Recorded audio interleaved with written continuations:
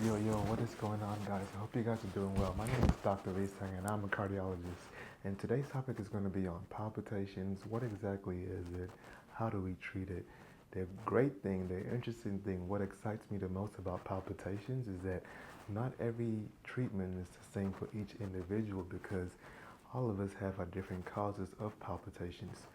So the first question is, what exactly is palpitations? What are palpitations? Well, this is your heartbeat. This is the sensation of a heartbeat.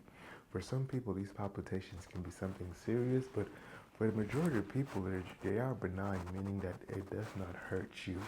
It will not kill you. But once again, each individual is different for it. So you can have benign causes, things that trigger it. One of the biggest ones being stress, caffeine, alcohol intake. So treating those causes of it, such as the stress and the alcohol and the caffeine, can significantly reduce the amount of palpitations or the sensations that you're experiencing. What are the concerning parts of palpitations? When you're having palpitations and you're passing out, or if you're having palpitations with significant crushing chest pain, those are concerning and you want to get seen sooner by your primary care and possibly by a cardiologist to see if there's any other intrinsic cardiac causes that can be leading to this happening. And the one thing that I hear a lot of patients tell me that, yeah, I have palpitations, but my palpitations occur at nighttime or my palpitations occur at the end of work.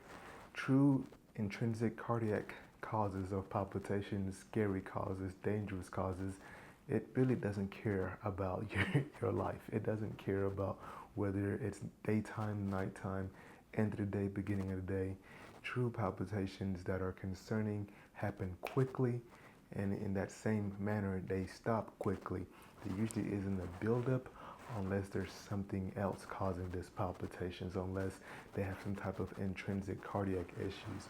One of the more common things that we see when it comes with palpitations is that you can have extra beats, you can have missing beats, you can have abnormal EKGs. So one of the questions that I've just gotten, Minor K, I think you're one of my TikToks, I believe. But how does palpitations present on an EKG? It's a great question because there are different intrinsic causes of palpitations. So someone can have an extra beat or a delayed beat that we can see a pause or an extra squibble. I'll show another video that shows what it typically looks like. You can have an extra beat from the top part of the heart known as a PAC. You can have an extra beat from the bottom part of the heart known as a PVC. One of the things is that with palpitations that are concerning or that are in fact true palpitations, you could sometimes have um, not quivering, but the heart's not ejecting enough. You can have these sudden sensations, dum dum dum dum dum. The heart's squeezing, but not appropriately, so not all the blood is filling up. So you can imagine that now the heart has more blood than it should be, and then you feel that thump, that PVC, all that blood has been released out. So some people can complain of rapid pulsations and then a thump, or a pause and then a thump. Um, I will say that the most common, about somewhat even upwards to 10% of people have palpitations. It's just that there are some people who can feel it more than others. So, once again, the benign causes or the ones that we treat with just lifestyle changes is reducing the amount of caffeine intake, reducing the amount of alcohol intake, reducing the amount of stress. I even have my patients do a food diary just to make sure that there aren't any type of food triggers that are associated with it. I will say that some people also do have electrolyte derangements. They can have high and low potassium, high, low magnesium levels. So if you don't treat those electrolyte issues, it can also cause palpitations. Hence, a lot of people will actually have improvement in their sensation of palpitations once they have corrected their magnesium or they've started taking some vitamin B supplements. So that's one thing now. Let's go to the true palpitation. So the heart beats in a rhythm that's normal, that has a normal sinus rhythm. So whether you're going 60 beats a minute, you're going thump, thump, thump, thump. Now some people can have atrial fibrillation. This is an abnormal rhythm that comes from the top part of the heart. This can also cause palpitations, and it's an irregular rhythm, so it can go thump thump thump thump thump thump thump thump thump thump thump. So it has no rhyme or reason. On the telemetry, sometimes you can see people who go in and out of atrial fibrillation quickly. You can actually see it build up and then a spike up and then a spike down. Once again, those type of rhythms have a quick start and a quick end to it. Another one is SVT, or supraventricular tachycardia. We see this a lot in younger individuals. They can have thump thump thump thump thump thump thump thump thump thump.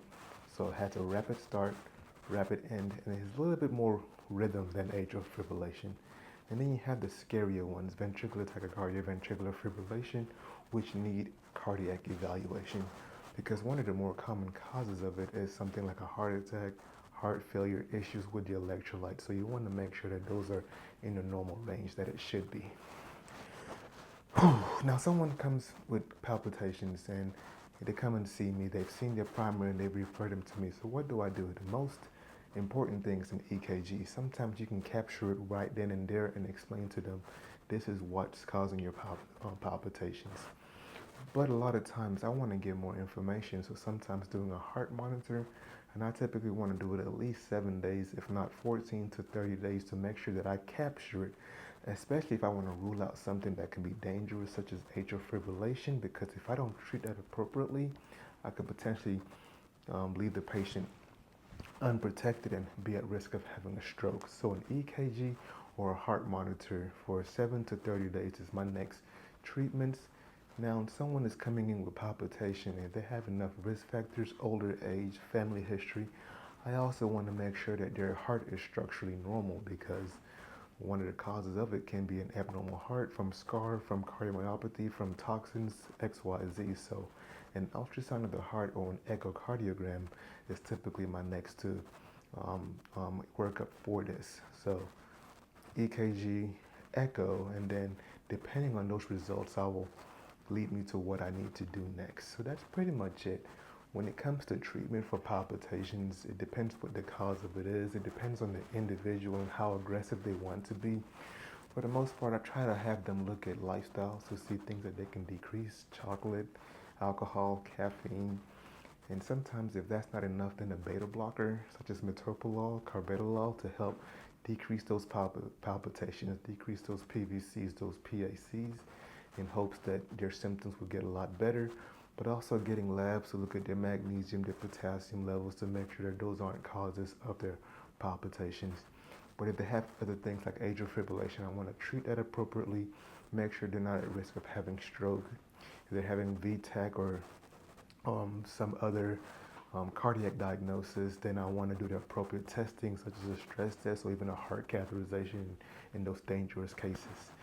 So that's pretty much it for palpitations. Trying to keep it as quick and precise as much as possible. I'll try to answer one more. I just answered the question. So diagnosed by doing EKG, sometimes a long monitor, sometimes an echo, sometimes even a stress test. Treatment, removing the things that can make it worse.